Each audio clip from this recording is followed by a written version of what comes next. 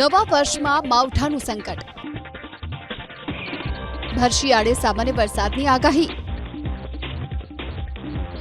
નવા વર્ષમાં જ સામાન્ય વરસાદની હવામાન વિભાગે કરી આગાહી।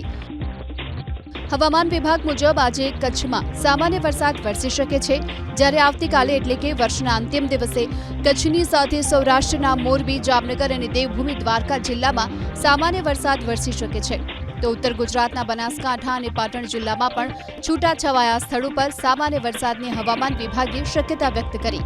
હવામાન વિભાગ મુજબ 31 ડિસેમ્બર બાદ નવા વર્ષના શરૂઆતના માત્ર 2 દિવસમાં લઘુત્તમ તાપમાનમાં પારો 2 થી 3 ડિગ્રી સુધી ઘટશે, જેથી રાજ્યમાં ઠંડી વધશે, તો ત્યારબાદ લઘુત્તમ તાપમાન વધતા ઠંડીમાં આંશિક ઘટાડો થશે।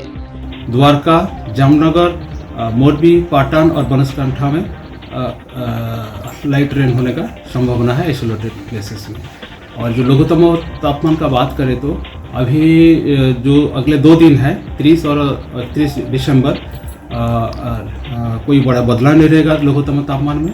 उसके आगे 2 दिन तापमान में 2 से 3 डिग्री सेंटीग्रेड फॉल होगी। मावठाथी थशे नवा वर्षनी शरूआत। आगामी 24 कलाक मावठाનું સંકટ। आगाही करी है हवामान निष्णात अंबालाल पटेले।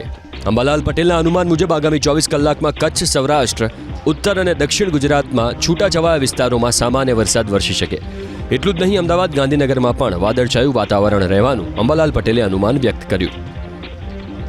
નવા વર્ષની શરૂઆત સુધીમાં વાદળો આવી જશે અને તેની ખાસ અસર કચ્છના ભાગોમાં થવાની શક્યતા રહેશે, તેમજ ઉત્તર ગુજરાતના ભાગમાં પાટણ સમી હારીજના ભાગોમાં થવાની શક્યતા રહેશે। આ ઉપરાંત રાધનપુર, વાવ, થરાદના ભાગમાં થવાની શક્યતા રહેશે, પાલનપુરને કંઈક કશે ડીસાના ભાગમાં થવાની શક્યતા રહેશે, સાબરકાંઠા, પંચમહાલના ભાગોમાં થવાની શક્યતા રહેશે। છેક વાદળો અમદાવાદ, ગાંધીનગર, મધ્ય ગુજરાત સુધી આવવાની શક્યતા રહેશે। તેની અસર છે વિરંગામના ભાગો, સાણંદના ભાગોમાં થવાની શક્યતા રહેશે।